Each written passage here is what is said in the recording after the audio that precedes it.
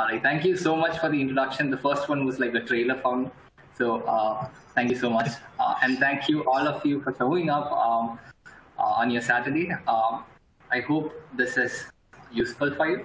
And today we heard a lot of really, really good talks so far. And I was just listening, and there was some really good tech talks. And the speaker just before me, Mr. Arun Kumar, spoke about some of the challenges about putting AI systems into production, right? And basically, it's pharma is a very different industry from what I'm used to, and I'm still getting along with understanding how the bits and pieces work, how the privacy is, how data privacy is handled. So here you go. So here's a problem that's common all around pharma industry, which is about medical literature review, and you need this for all sorts of things, right? So quickly again, I am a product manager at Genpro Research. I have led the development of the product called Hoodie, which I'm going to show you a few bits and pieces of Hoodie here in these slides. Previously, I'm a trained engineer. I've been spending my life as an engineer before I became a product manager, so you are free to ask tech questions as well. So here you go. So the question is, hey, wouldn't it be great if you could just enter your search terms, right? If it's epidemiology, you could just name your disease, SARS, MRSA, a specific type of cancer, and AI could automatically generate this report for you, right? And we hear that from everybody who has ever published a medical literature review, because that's a really tedious task, right? It takes big pharma about 2 or 3 months to actually get this done, and you wouldn't imagine the amount of money that they're spending. It's $100,000 per a single page of 2-page reports.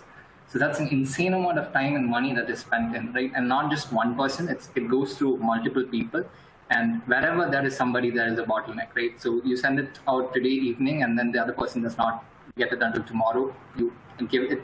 A lot of it is still paperwork, which was surprising. And a lot of that paperwork gets lost in between. So this is the end goal. This would be the holy grail of automated medical literature review. But if you ask any of these AI engineers today, not salespeople, AI engineers who actually work on the product, they will say that we are not there yet. They pull a line straight from Game of Thrones and say, not today. And there's a reason for that. Because we make all of these promises and AI is still very nascent. We're seeing some really good advances, specifically in natural language processing and search. We've been working on search platforms for a few years now. And I personally developed a lot of these AI-based products and then put them into production. So there are multiple challenges. And the goal of us as a company is to help people, and all of you listening, or maybe if you are in the developing products, is that how do we bridge this gap? Right? There's a phase when a technology is available, it's nascent, it's experimental. If you've been reading the news, there's talks about GPT-3, which has some insanely good demos about how it generates programs. Like if you just ask a question, you write a program to add the sum of squares of numbers from 1 to 100, it will generate that for you. And then if you add in Python, it will do that in Python. So it's a crazy amount of development that has happened, but that's not technology that we can push to our customers today, right? So there's a phase in which we have to bridge all of this gap, and then going from experiments to production. And here were the problems that were specific to medical literature review. People were spending too many hours on Pubmed, right? If you were ever in charge of doing a literature review, you know that you have too many tabs open, right? And Chrome crashes, and you switch between tabs, and then you don't know what you read. You have things that you have shortlisted as you've accepted, and then you keep it still open. You will say, I'll come back to it, and then you go to another tab. You will probably forget about this one, and then jump back and forth, right? And Pubmed will actually let you download PDFs. So you go to this other website, and then from there you get the PDF. And by the time the whole journey is complete, you have forgotten some bit in between, right? And now you're shuttling around with browser tabs, your PDFs, Adobe Reader, which you use to open your PDF, and then you have your word processor in which you're writing your system, right? Total wreck. And it takes weeks to triage and shortlist your relevant publications. And you're trying out multiple search terms, multiple filters. Somebody comes up with something that, by the time that you have finished your first draft, somebody comes up, or your boss mails you an article that says, hey, have you checked this out? and you look at it and no, you haven't, because it's not on PubMed, it's from Google or something. So if you're doing something around COVID, you know this. COVID studies are not published on PubMed. It's too early for that. It is not available on PubMed. A lot of it is from Google. It's early studies, it's experiments. It's an outside world from PubMed. So here is another problem that we found.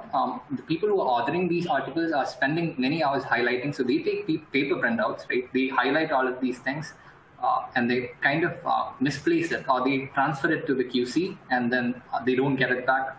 Somehow some information gets lost, and that's not something that needs to happen in the 21st century, right? So also there was this another problem where you lose track of comments from the QC, and we asked how this happens, and they said that okay, the QC passes on notes to the author, and they kind of change their draft accordingly, and then they send it back, right? Now the QC has forgotten what notes they have sent, and so there's no way of making sure that this is corrected or not, this problem is resolved or not, because the QC has forgotten. Maybe it's a new QC now, so they don't have that information at all. So all of these things keep happening, right? And if you look at it, it's like it needs a workflow. That's the main thing, right? About 10% of your problems are AI problems. That's definitely there, but 90% of it is something else, and product-based things. So our goal was to make sure that our users were super productive, as in if you were able to do something in 4 weeks, maybe we should shrink that down to, by a week or 2, if possible. Make sure that the experience was enjoyable, because if it is not enjoyable, people are not going to stick around on your platform. They are going to go back to their old ways, because one, there is so much inertia, regardless of how horrible it is today, people always have this inertia about moving to something new, right? We wanted to ensure that the enterprise has some cost savings, obviously, because if they spend or invest something on all of these AI technologies and they don't get their return on investments, next year we're going to be out, right? And obviously there is also something that we have heard over and over in the last few talks. How do we save time? How do we go from 9 years to 5 years to 4 years? Can we do that? Yes. And these are the little things that add up over time. Imagine how many of these articles are being published, how many people are creating such articles. Our original goal was to actually do this just for epidemiology, but we had another big pharma come up and say that, hey, we are also doing this for publication. So we have a different set of documents. So it's CTRD, CSR, and a lot of trial-related data, and we need to create articles out of this. Can you help us? And we use the same structure and workflow. So there are about 6 things that I want to talk to you about. Obviously, AI is in there, but the primary thing that we found lacking was a unified workflow. So if you had one place that you could just, from the moment that you decide that you need to create a literature review, right? You could just create a request and then send it off to somebody. That person will take it up, go through all of the processes that are involved, pass it on to QC. QC is still on the platform. They will read that document. So you're authoring your PDF documents, your, the way that you draft the documents or your text editor, all of that is on the platform. And then you pass it on to the QC, and the QC comes back with their comments and suggestions, and that's also on the platform. And when you get it back, you know that these are the specific problems that needs to be addressed. And so the author can kind of start addressing all of them, and they can have a communication on that communication loop there itself. And finally, you can publish it, right? That's the end-to-end workflow. You don't need to have so many tabs, so many applications open, so many back and forths between emails, your Skype, and all of that, right? So if we could unify everything, and that was what we found, the unified workflow was our most important, thing that we proposed. We said that this would cut down about 50% of the things that are stopping you today. And unless you get that 50% down, that is causing this trouble, there's no reason to put in AI, because it won't speed up. It's the last 10% which won't help you, right? And that's what we propose. So these 6 rules, 3 of which you see on screen now, are 6 rules are what we kind of started off with, and we stuck to it, and it worked. So unified workflow is one. The second one is machine assistance, in which we said that, hey, we know that we can't take a bunch of articles and create an article for you, But what we can do is to generate recommendations. So based on the title and the description of the medical literature review that that you put in, our systems will automatically go into Pubmed, do the searches, multiple of them, come back and say, hey, these are the top articles that I found, and also give you proof of why they are there. For example, it will say that, okay, this was a study that was published in the last 2 years versus this one which was published in the last 5 years. So I'm reading the one that was published more recently on top. And it'll give you that proof so that you understand why it is there. And it'll also generate certain snippets for you. This is something that we were experimenting with the second use case, which is the published literature, where you had inclusion and exclusion criteria for every study, right? And when you're writing a report, you don't need 200 lines of text. You just need about 10 different points that encapsulate the general idea of inclusion and exclusion. And for that, we were using summarization. So there are multiple forms of summarization. What we were using is called extractive summarization. And from that, we would kind of weigh what are the most important points, and then put just those points in, and then try to create a sentence out of it. We also do this for tabular data. So if we have access to some sort of tabular data, either as a structured data from something like clinicaltrials.gov or your study reports, or if it is extractable from a PDF, that we will kind of generate these sentences for you out of X participants that started the trial, Y dropped out primarily due to Z, that kind of thing. And the third thing was, we know that people who are in this position writing medical literature reviews are people who have been doing this for a long while now. So we value that experience, and we wanted to make sure that we give them full control over everything at every point of time, right? So if there was a machine-based decision that was made, there was a sentence that was generated by a machine, we give full control to the user to edit it, to change it. If there was some sort of recommendation document that was shown, the user, it does not add, the system does not add it into the report. It will kind of show you and highlight it and then say, hey, this is what I think, but I really want you to go and verify this before you add it to the document. Right?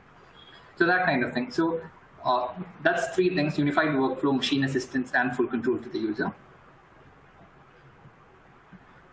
The fourth part was, we knew that all of these, this is not just one document. So if you're doing a medical literature review, you're reading about 20 different articles published over time. And you also have your own notes. You also have your company's data. And all of them needs to be packaged together and shared with the QC. So the QC does not read the prepared draft of the medical literature review in isolation. So they kind of connect it with all of the other points that you have shared, right? And having visibility into what the author thought and what their thought process was helps. For example, an author might pull in a sentence from a specific report, and there might be some sort of conversion that is needed, right? And that conversion, how do they put that conversion in there? That is left as a note. Usually now it is a sticky note, which was, which blew my mind. Why aren't people using more advanced tools? But that was the state of things. So we kind of have a built-in PDF viewer where you can do some basic things like highlighting. It shows you recommendations. It will also let you add notes. And all of those things that you create, including all of the articles that you use to create the medical literature review, are shared with the QC. So they have visibility to everything. And we also have something which is the next point. It's called pinpoint. So when you're reading a paper, right, even in the introduction section, there are like about 3 or 4 different references, right? And people say, okay, as found out by X and Y, and they will have a author name and publication year, and it's up to you to figure out what that paper is by reading the reference section, and then go through the paper from top to bottom, and then figure out where in that paper is it mentioned, right? So we have a technology called Pinpoint where you can put in a link. So it's exactly like a citation. So it's a citation reference, but it's a hyperlink, right? So you click on it and it will take you directly to not just the PDF, but it will also take you to the right page and the right section, and it will highlight that section for you. So when the QC gets a draft review, we have a hyperlink to a specific section that is put in by the author. They click on it, that PDF opens up. You have all sorts of highlights, annotations, and if the author actually left notes, that's also shared. So that's kind of it. The last part is, as you know, AI is smarter every day. It's like you can watch how people are reacting with your recommendations over time. So are people adding things that in their report that you have ranked higher? And that kind of creates a feedback loop. So if people are scrolling down, that means they're not happy with the top 10 recommendations, right? And they scroll down, which means that the next time we will recommend those articles better than these ones, right? And we will figure out that over time, and overall the system kind of improves every day. Although it's very different from self-learning, which is a term that is thrown around a lot. But we have mechanisms of how we kind of learn from that data. We push a specific model update to a specific user group, see how they are interacting with it. Are they happy with it? Are they, do they like it? We have ways to monitor it before we push it out to all of the other people. Right? So there's ways that you can experiment with all of this. So this is the general 6 things. So let me just go through that again. So it's a unified workflow 1, machine assistance 2, full control to the user 3. You have propositions to share. You have things to pinpoint, and it gets smarter every day. Right? So with that is what we built with a product called Woody. And I want to show you quickly a few screenshots about how it goes. So this is the general screen where somebody is preparing all of these different studies. So they have authoring options as well as quality control options. You can see that this person was creating something for COVID, and there are a bunch of steps, right? Step 1, 2, 3, 4, 5, and each step has only one focus. So step 1 is about getting the title and the description. Step 2 is about integrating a Pubmed search. So we let you do a Pubmed search without leaving our application. So it's within that application. Third is about shortlisting. Fourth is about adding your own PDFs if you need to. Fifth is about the authoring part. And the last part is about QC. And it comes back to you after QC, or you can directly publish it.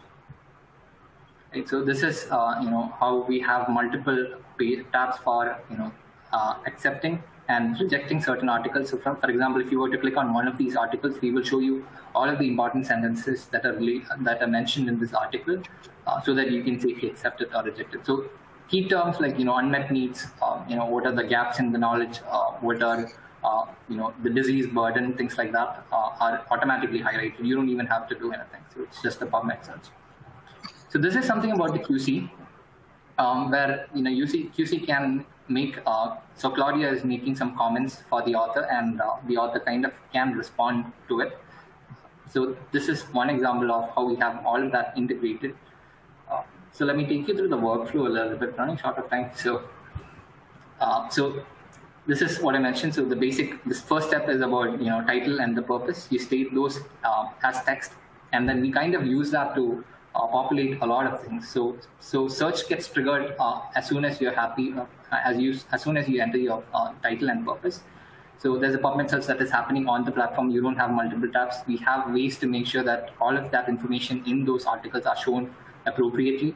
You can accept and reject articles. You can add your own articles, and then we have tools for easier writing, like the things I mentioned, like the recommendations. And in the QC part, they get the author's document. They get access to all of the artifacts, including the papers and the notes that are left by the author. Now they can click on all of these hyperlinks and then see why the author has chosen certain things if they have left evidences. They can suggest changes, in which case it goes back to the author. Now the author can rework on that article and comes back through the same search cycle. Or they can approve it for publishing, and then that is made available for all of the people who have access to the platform. So if you have one study going on, the worst thing in the world would be to have that study being conducted by somebody else in your organization parallelly, right? Because you're already blowing hundreds of thousands of dollars here in this study. So we'll show you a few things about what we learned. Unified platform helped more than AI. There was no more shuttling between tabs, applications, and windows. We kept the least amount of features that provided the best value. So that's the 80-20. So 80% of the problems can be taken out by 20% of the features that really needs to be in your product.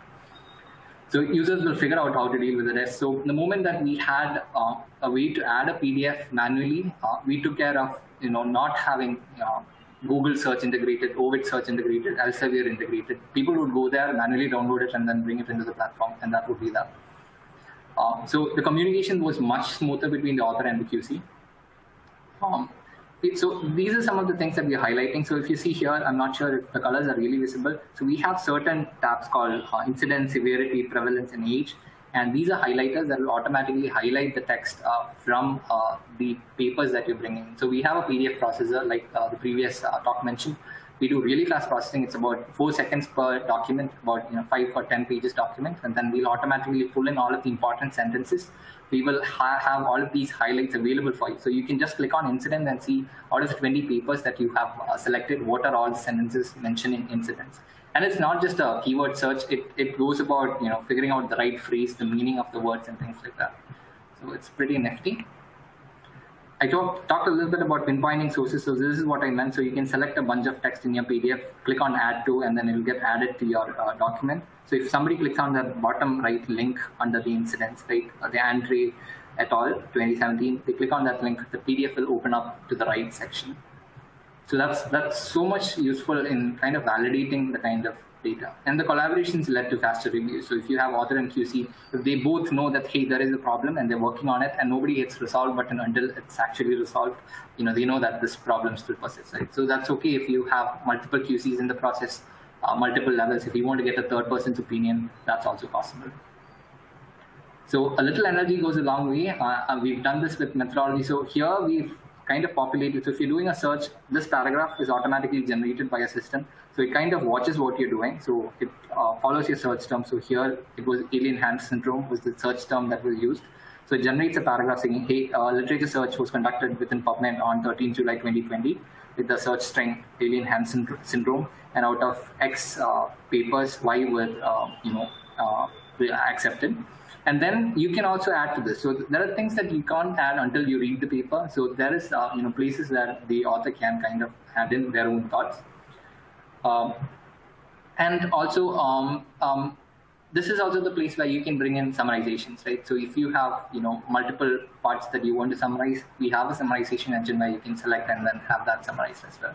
But the core idea is that we do this, but we also let the user edit this as much as they want, so they can modify any section that they want as much as they want. So finally, we figured out that we put the system into production. Now we are experimenting with we're piloting with two different big pharma companies, and it has possibly led to 2 times faster reviews. So half the time was cut, and that was due to minimal cognitive overload. So cognitive overload is the word that we use to kind of describe the problem, where the author has so many things to look into, the papers, the tabs, the applications. So we kind of reduce that down and then focus it into one piece at a time. That's why we have individual 5 steps. That was about 80% savings in costs. So this depends upon your study. It might not be for all, so we are still doing some pilot tests. So numbers are pretty high. Anyway, it is definitely reducing a lot of cost. All right, so if you would like to learn more about our product and get in touch with me, this is my email, and woody.io is our website. So I'll be happy to take in any questions that you have with the few minutes that we have left. Otherwise, I'll be happy to address that in the appropriate section. Thank you so much. Great. Thanks a lot, Nias. So I think maybe your topics are quite clear to everyone. So there are no questions for you. So maybe over to Abhay before the lunch. Thanks, Ajay, and thanks, Nias, for a wonderful presentation, insightful. What an insightful session.